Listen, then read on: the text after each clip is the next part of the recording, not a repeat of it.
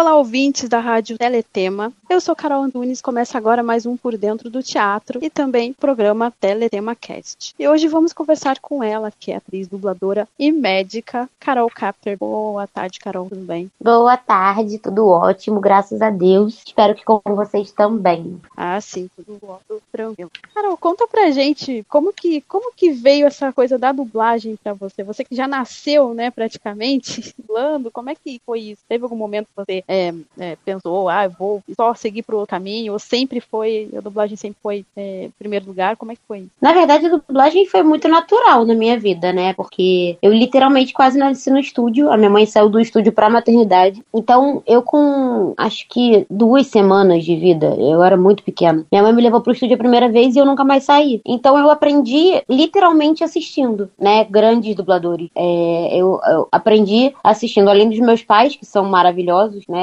eu sou café com leite, não posso falar, mas eu acho eles melhores. Eu também assisti gente muito boa dublando, né? Então eu aprendi com os melhores. Na época que a dublagem era muito mais difícil, né? Que não tinha tecnologia, todo mundo dublava junto, era bem mais complicado dublar naquela época. E acabou acontecendo naturalmente. Na verdade, eu comecei a dublar com 6 anos de idade. Meu primeiro filme eu tinha 6 anos. A moeda não era nem real ainda. E meus pais, na época, não quiseram muito não, tá? Vou ser muito sincera. Meus pais queriam que eu desse prioridade à escola, óbvio, né? Então ficou um acordo de que eu só trabalharia se eu tivesse notas boas. Eu não trabalharia, se eu começasse a me prejudicar no colégio, eu não ia trabalhar porque eu não precisava trabalhar, né? Porque a prioridade naquela época, com 6 anos de idade, a prioridade tem que ser estudar mesmo. Então, no começo foi mais uma brincadeira, né? Só que eu me apaixonei pela brincadeira e brinco até hoje. Eu sempre quis ser médica e uma coisa não impediu a outra, né? Isso facilitou muito, porque o fato de eu querer ser médica não me fez ter que parar de dublar.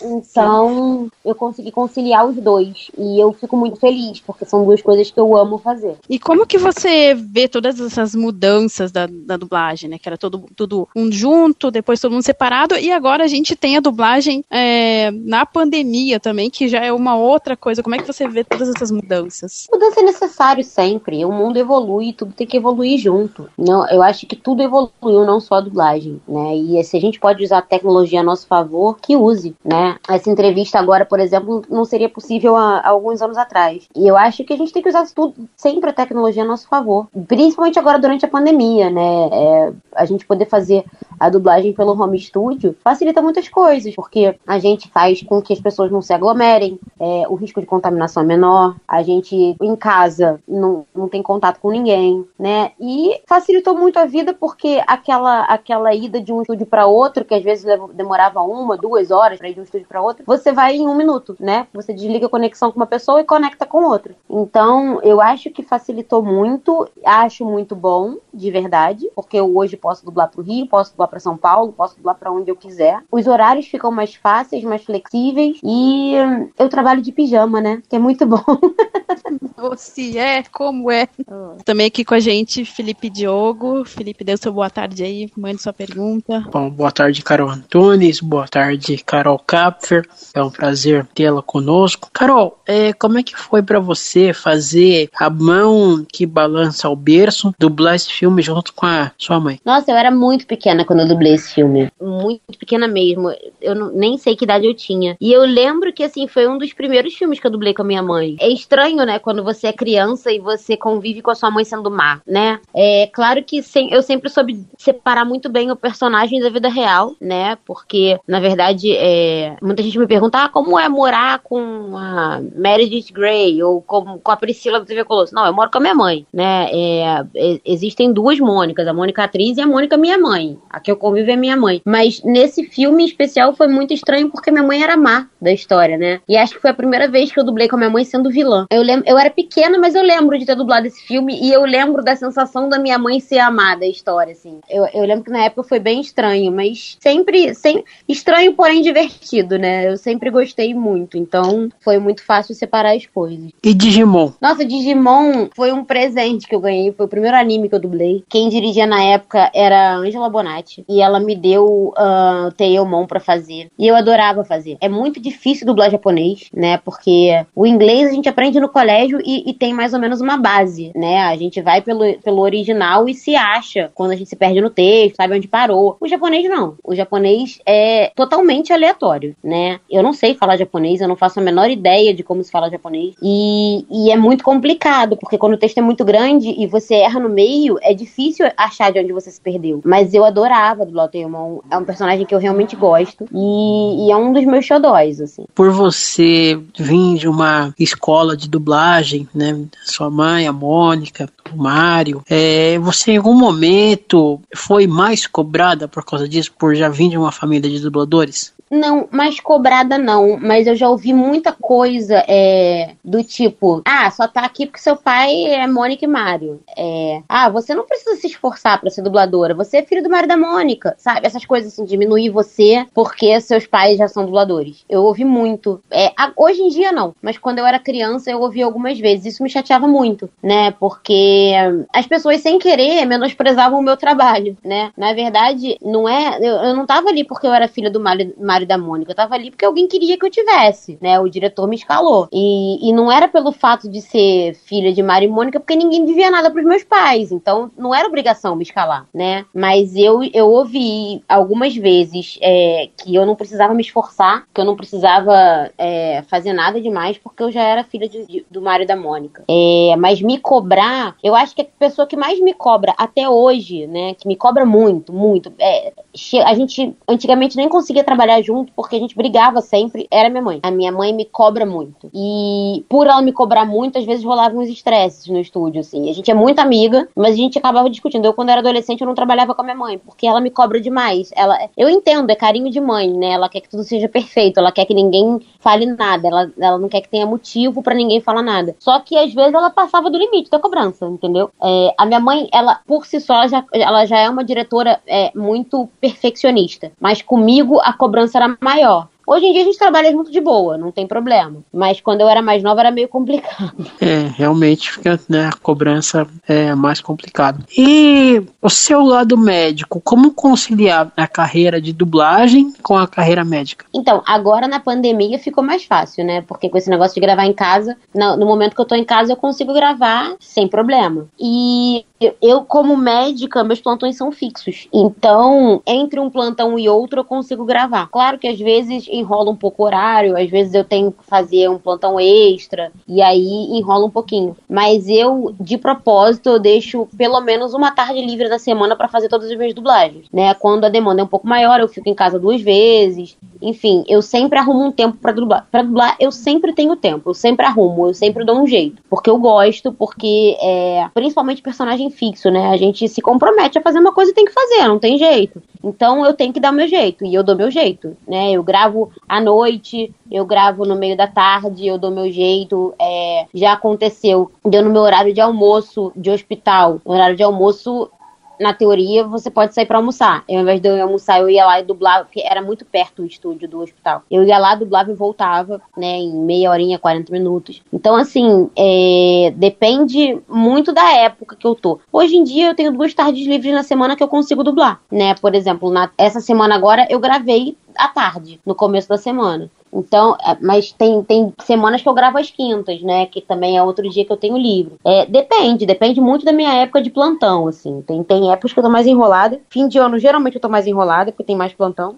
Mas eu sempre consigo conciliar. E essa questão da Covid, como é que tá sendo para você trabalhar, né, com pacientes da Covid? Olha, no começo foi muito assustador, admito, porque no começo a gente não sabia nada, né? Ninguém sabia nada. Não é que eu não soubesse, ninguém sabia nada, no mundo inteiro. E foi muito assustador. Até a gente conseguir, porque o Covid é uma doença que ela não tem muito critério, né? Cada pessoa tem Covid de um jeito. Eu posso ter Covid e não ter sintoma nenhum, e você pode ter Covid e ter todos os sintomas do mundo, né? Então, cada pessoa reage de uma maneira. E no começo a gente não sabia muito bem como lidar com isso. Eu vi muita gente morrendo, assim como eu vi muita gente se curando e saindo do CTI, né? Pessoas que a gente achava que não iam sair e saíram. Pessoas que a gente achava que não iam ficar graves e ficaram. E pessoas que a gente achava que iam ficar muito graves e não ficaram. Então, no começo foi bem complicado, muito mesmo. Eu lembro de um plantão que eu tive uma crise de choro, porque acho que sobrecarregou todo mundo, ficou todo mundo muito estressado, a gente não sabia o que podia fazer, o que não podia.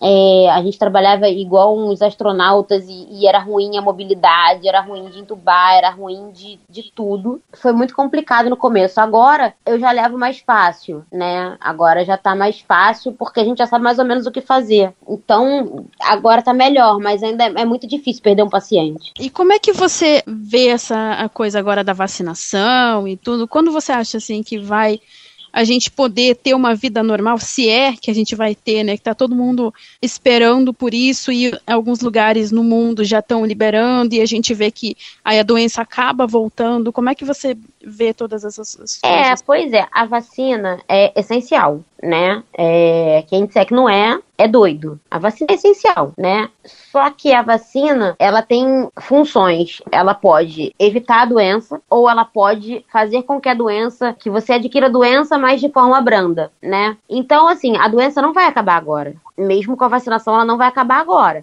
A tendência é que as pessoas que peguem tenham sintomas mais leves, né? Claro que vai ter uma diminuição no número de casos, óbvio. E as pessoas que vão pegar de forma mais branda. Mas eu não sei ainda se é o momento de liberar tudo. De verdade, não sei. Justamente por ser uma doença que a gente não conhece direito ainda. Uma doença que tem menos de 2 anos é uma doença que você quase não conhece, né?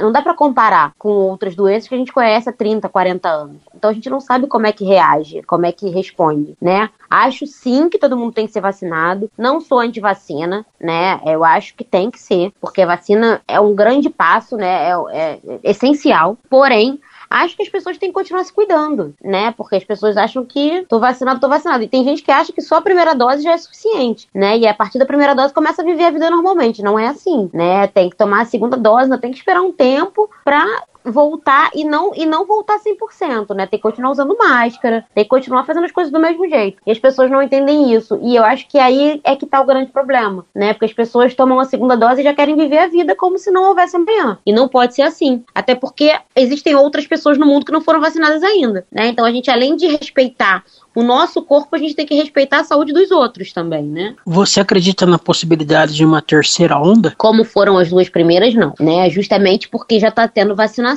Então, assim, como foram as 2 primeiras, a segunda foi pior do que a primeira. Eu acredito que não, né? Com aquela taxa alta de letalidade. Eu acho difícil. Mas pode ser que tenha, mas com sintomas leves, entendeu?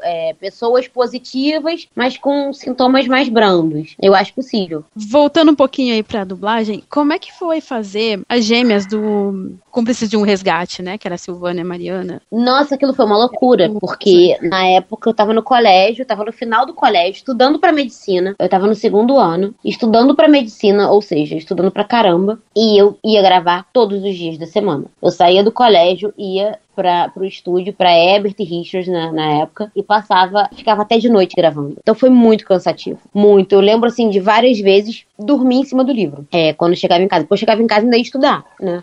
Então, eu ia pro colégio, de lá eu ia direto gravar. Quando eu chegava em casa, eu ainda estudava. Cansei de dormir em cima do livro. Foi muito cansativo, mas foi uma novela que eu adorei dublar. Primeiro porque nessa época a gente ainda gravava junto no estúdio. Então, na verdade, assim, era muito divertido, porque como era um monte de adolescentes junto, a gente falava muita besteira, a gente brincava, nossa, era muito divertido. Segundo porque a história era muito legal, assim. Naquela época a gente não tinha internet como a gente tem agora, talvez hoje em dia a novela tivesse explodido, né? Mas foi muito legal, mas foi muito difícil. Tinha dias que eu ficava sem voz, porque elas falavam muito e gritavam muito e tinha dias que eu ficava sem voz. E como que foi fazer a Vida de Inseto? A Vida de Inseto é meu... Nossa, eu não sei nem o que falar da Dot. A Dot é um amorzinho da minha vida. Porque foi o primeiro desenho da Disney que eu dublei. Quem me escalou foi meu padrinho, Garcia Júnior. Quer dizer, me escalou. Eu fiz teste e passei, né? Mas ele me escalou pro teste. E a Dot foi um amorzinho, assim. Eu lembro de, na época que eu dublei, me apaixonar por ela. E eu sou apaixonada até hoje, né? Porque ela tem aquela inocência da criança, né? É uma criança, é uma formiguinha criança que é inocente como uma criança, fofa, ela é fofíssima, eu tenho vontade de morder ela.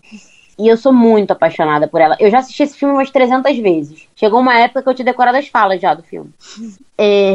Eu sou apaixonada. Eu amo desenho da Disney. Eu tenho um gosto meio infantil pra assistir coisas na televisão. E eu amo Vida de Inseto. Então, dublar a Dot foi muito gostoso, muito maravilhoso. Eu sou muito apaixonada por ela. Qual foi a dublagem mais difícil que você fez? Nossa, deixa eu pensar. Que pergunta difícil. Sabe que eu não sei? É uma pergunta que eu não sei a resposta. Porque, nossa, eu não sei. De verdade, não sei. Porque tem umas dublagens que a participação é pequena, mas que são muito difíceis, sabe? Eu lembro de um filme, eu não vou saber o nome do filme, mas eu fiz um filme uma vez que eu tinha 3 cenas no filme. E que era uma menina com câncer terminal, assim. E eu dublei um diálogo dela com a mãe e que foi muito puxado. Você vê como me marcou. Eu gravei 3 cenas só no filme e me marcou essa menina. E quando eu terminei, eu lembro do técnico de som falar pra mim assim, cara, eu tô chorando. Sabe? Tipo, tem umas dublagens que marcam não pela dificuldade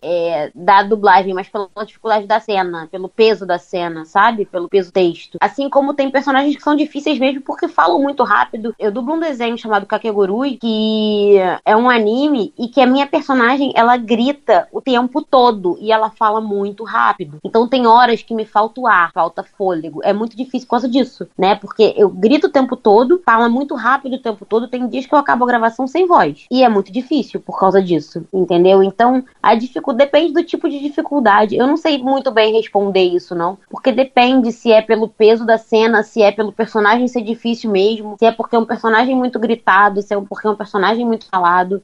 Depende muito. E novelas turcas você chegou a fazer? Tem não. diferença? Não fiz. Não que eu me lembre. Acho que eu nunca fiz, não. E como foi fazer dublar os filmes do Crepúsculo? Então, quem me escalou foi meu pai. Eu lembro que eu nunca assisti Crepúsculo, tá? As pessoas vão me julgar por causa disso, me odiar. Eu vou ser cancelada na internet, mas eu nunca assisti Crepúsculo. Eu só assisti mesmo as minhas cenas. Mas foi engraçado porque eu nunca assisti, mas eu fiquei tão feliz quando eu dublei. Não sei porquê, mas eu fiquei muito feliz quando eu dublei. E eu gostei muito de dublar, assim. Acho que pelo filme ser tão famoso, sei lá, acho que dá uma sensaçãozinha, assim, de tipo, cara, que legal, sabe? E é engraçado que às vezes tem amigas minhas que assistiram e falam, caraca, eu ouvi sua voz, isso aqui. Pô, o filme assim. Aí começam a comentar o filme e eu nunca assisti o filme. De verdade. Eu não sou muito de assistir filme em casa, não.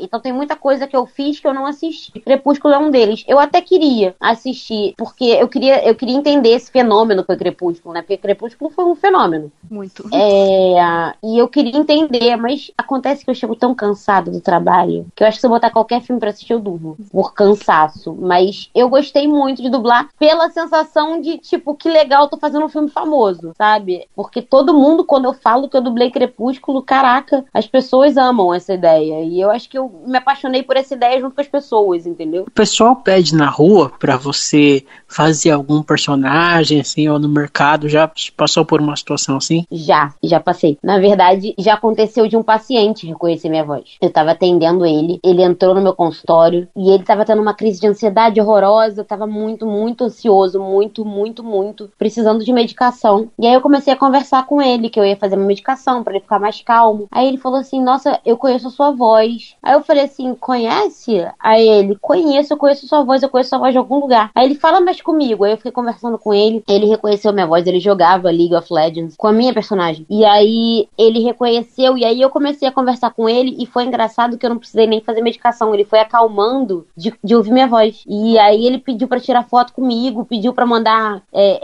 pra mandar áudio pros amigos dele, sabe? Tipo, era um menino novo, devia ter uns 14, 15 anos. E eu achei bonitinho, assim, sabe? Que ele ficou todo emocionado de estar sendo atendido por mim. E já aconteceu também de um soldado do meu quartel pedir pra tirar foto comigo. Já aconteceu de eu ser reconhecida em loja. Às vezes acontece. Não tanto quanto minha mãe. Minha mãe é muito reconhecida. Eu nem tanto, porque eu faço mais personagem criança, né? Então, mas a galera que curte jogo geralmente me reconhece do League of Legends. Eu imagino quando deve estar você e sua mãe, o pessoal deve parar assim até umas horas, né? Tipo. Não, hoje eu fui numa clínica com a minha mãe e todo mundo reconheceu ela, foi muito engraçado. Aí a menina da recepção, quando a gente virou, ela achou que a gente não tava ouvindo, mandou altão assim. Nossa, eu sou apaixonada por essa mulher, ela não tem ideia. Ai, Aí eu falei, mãe, volta lá e fala com ela, mãe. A menina é apaixonada por você lá, ai meu Deus, vou voltar. E voltou e falou com ela. Mas é engraçado, minha mãe é muito reconhecida. Coisas da dublagem. Uhum. a sua mãe, ela te pede muita dica pra fazer a Grey's Anatomy? Ela te pede muita dica? Muita, muita. Ela de vez em quando tá dublando. Eu já sei que ela tá dublando Grey's Anatomy quando ela começa a me perguntar muito termo médico. Aí eu pergunto, tá dublando? Ela tô. Aí ela tira dúvida de várias coisas que ela fala. Ela pergunta se as coisas estão certas, se pode falar isso mesmo, se é melhor falar isso ou aquilo. Depois de dublar 17 temporadas, algumas coisas ela já sabe, né? Que ela já aprendeu. Ela literalmente é formada em 17 temporadas de Grey's Anatomy. Mas tem coisa que ela me pergunta. E até hoje ela me liga pra perguntar, assim. Outro dia mesmo ela me ligou pra perguntar. E aí eu dou uma ajudada, né? Tem coisa que eu tenho que puxar lá do fundo, porque não é muito o que eu trabalho, mas que eu vi em algum momento da minha vida. Mas eu dou, sempre que eu posso, eu dou uma ajudada. Há quanto tempo você já tá na área da medicina, conciliando com a dublagem? Eu sou formada há 7 anos, mas eu trabalho em hospital desde o primeiro período. Então, assim, eu trabalho em hospital há 13 anos. São 13 anos já de sala vermelha e de paciente grave. 13 anos juntando os dois. É um tempinho já. Eu imagino que deve ser assim uma situação, principalmente em pacientes terminais, né? Você conseguir, né, ter ali que falar na hora, uma situação bastante difícil e ao mesmo tempo conciliar com uma coisa, vamos dizer, relativamente alegre, que é a dublagem, né? Bastante difícil conciliar os dois. Olha, eu vou te falar, é óbvio que isso não acontece todo o tempo, porque senão eu já teria enlouquecido, mas às vezes a gente se apega aos pacientes, sabe? E isso fala muito em Grey's Anatomy, sobre às vezes a gente se apegar a um paciente. Às vezes eu me apego e sofro e choro. Claro que não na frente do paciente, porque eu acho o seguinte, eu ali, não é mais assim, eu trabalho só com paciente grave, né? Eu sou a última esperança da pessoa. Imagina se você vê a sua última esperança desabando na sua frente. Acabou, né? Então, às vezes eu vou lá, converso, brinco, falo, encho de carinho, entro no quarto, choro 5 minutos e volto, sabe? Tipo, eu tenho uma coisa de, eu não sei, eu gosto de tratar os meus pacientes do CTI, eu trato como se fossem a minha família, porque eles são a família de alguém, né? Então eu trato meus pacientes como eu gostaria que meus pais fossem tratados se Deus me livre eles pararem no CTI. Eu gosto muito de humanizar, né, o atendimento. Então, eu brinco, dou carinho, converso, canto. Tem outro dia um enfermeiro que trabalhou comigo, comentou isso numa foto minha, e minha mãe chorou e tudo, porque ela não sabia dessa história. Uma vez eu fui fazer um acesso profundo numa vozinha, assim, e ela tava muito nervosa, muito, muito, muito nervosa. E eu cantei pra ela enquanto tava fazendo, pra distrair ela, sabe? Eu fiz o acesso cantando. Não porque eu cante bem, eu não canto bem, mas é porque eu acho que o mínimo de conforto a gente tem que dar, né? É óbvio que a vida do médico de paciente grave não é um mar de rosas, a gente tá ali no meio do caos, né? Mas se a gente consegue em algum momento amenizar esse caos, eu acho que é válido, né? Uma coisa que eu tenho feito muito nos pacientes de Covid a gente não pode liberar visita, né? Por motivos óbvios. Eu não vou liberar visita de uma família inteira dentro de um CTI que tá todo mundo com Covid. Então, quando o paciente é entubado, né? Eu converso com a família. E quando o paciente sai do tubo, né? E volta à vida e vê as coisas de novo, eu gosto de dar notícia fazendo uma videochamada, sabe? Para os familiares verem pela primeira vez o familiar falando de novo, sabe? E eu tenho visto as cenas mais lindas da minha carreira durante o Covid, porque essa doença é muito ruim, né? É uma doença muito ruim, que eu não queria nunca ter passado por isso. Mas ela trouxe à tona um amor que as pessoas acho que nem sabiam que existia. As pessoas não sabiam que existia tanto amor. E é tão bonito ver as famílias reencontrando os seus familiares, mesmo que por videochamada, sabe? Teve um vozinho que ficou internado comigo, que quando eu avisei pra filha dele que ele ia sair do tubo, ela pediu pra todos os familiares gravarem um vídeo. E aí quando ele acordou, eu passei um vídeo de cada familiar dele dando boas-vindas de volta, sabe? Aquilo foi tão bonito. Eu chorei junto com ele. E eu acho isso tão importante, né? Porque nesse momento, imagina, você passa, sei lá, 14 dias entubado e acorda num CTI com um monte de gente estranha, cheio de aparelho apitando, com um monte de gente entubado do seu lado. Eu acho que esse pouquinho de humanização é importante, né? Tem que fazer parte. E eu acho acho que tem que ser feito mesmo. Nossa, é como se fosse um abraço, sabe? Eu ia perguntar para você se além dessa parte, assim, de pacientes terminais, você pensa em atuar em alguma outra área da medicina? Sim, eu gosto muito de pacientes não terminais, né? De pacientes graves. Porque o CTI não é o fim. Tem muita gente que sabe CTI muito bem. Eu adoro paciente grave.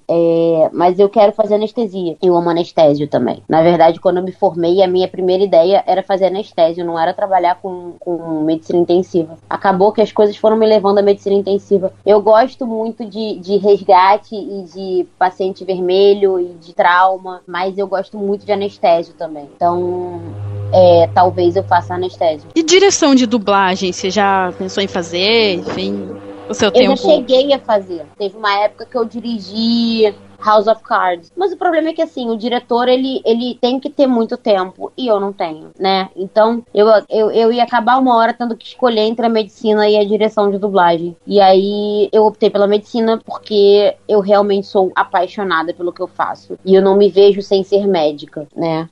Então, assim, eu cheguei a dirigi House of Cards, eu dirigi algumas coisinhas, mas eu não tenho esse tempo, eu não tenho como pegar um filme e ficar, tipo, 4 dias seguidos fazendo um filme. Não dá, não tem como. Eu tenho meus plantões, eu tenho as minhas responsabilidades fora da dublagem, né? E eu acho que com o meu trabalho, eu sou muito responsável, né? Eu não posso deixar de fazer, de atuar como médica por causa da dublagem. A dublagem, um não pode atrapalhar o outro. Eu não posso nem deixar de dublar por causa da medicina e nem deixar de ser médica por causa da dublagem. Então, quando um começa a atrapalhar o outro, a gente tem que dar uma freada em alguma coisa, né? E uma pergunta que a gente sempre faz, até porque isso divide bastante a opinião dos dubladores. Você acha que uma pessoa cega ou baixa visão poderia dublar? Acho.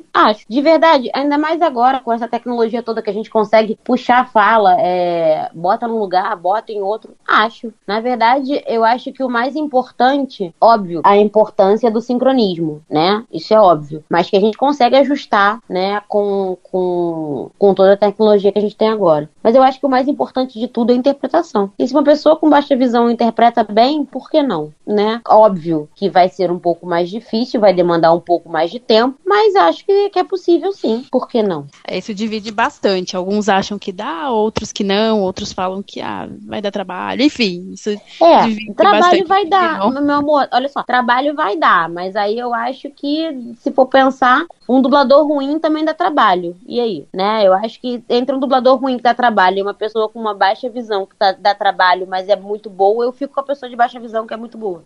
E entendeu? Assim, além de seus pais, obviamente, para você, quem foram seus espelhos na dublagem? Meu padrinho, Garcia Júnior, que eu acho maravilhoso. Orlando Drummond, que eu considero meu avô, que é outro maravilhoso. Nossa, maravilhoso. Nossa, tanta gente boa. Mauro Ramos, Márcio Simões, Marco Ribeiro, Miriam Fischer. Nossa, tem tanta gente boa. Eu acho que eu vou até ser injusta se eu não falar alguém, porque tem muita gente boa na dublagem. Muita gente boa. E graças a Deus eu tive a oportunidade de crescer vendo essas pessoas muito boas dublando. Aliás, Garcia Júnior, que inclusive recentemente conversou com a gente aqui também, famoso Príncipe Adam, He-Man, e tantos outros. Amor da minha vida, meu padrinho, meu dindo, meu tudo. Pois é, Manuel Garcia Júnior. Ele mesmo. Famoso Pica-Pau. Aham. Eu falei pra ele que é a dublagem do Pica-Pau que eu mais gosto, que os outros me perdoem, mas é a dublagem que eu mais gosto do Pica-Pau. Pois é, eu também. Admito que eu também. Vocês já dublaram juntos alguma vez, você e ele? Acho que no mesmo filme sim, mas juntos dentro do estúdio não. Eu acho. De verdade não lembro. Eu tenho uma memória que ela não é maravilhosa não. E assim, eu tenho 28 anos de dublagem, então eu já dublei com muita gente. Eu não lembro de ter dublado no mesmo estúdio. Agora, ele já me dirigiu em alguns filmes. E aí foi maravilhoso. Imagino, sem dúvida. 28 anos de dublagem, que maravilha, hein? Carol Kapfer, suas considerações finais, por gentileza. Gente, olha, foi um prazer dessa entrevista. Desculpa ser meio corrido, mas a minha vida é meio agitada mesmo.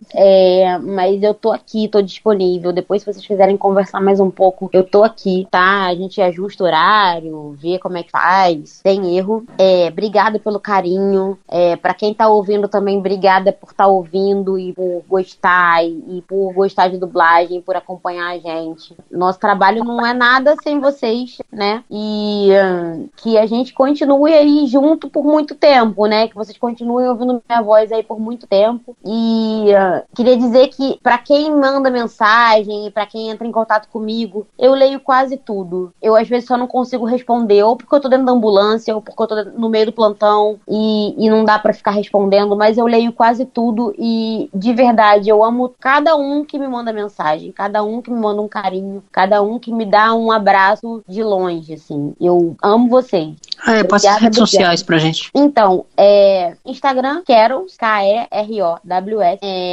TikTok é a mesma coisa. E Facebook, Carol Capper. E esse é mais um Por Dentro do Teatro. E hoje conversamos com Carol Capfer, no Espaço da Inclusão, programa Teletema Cast.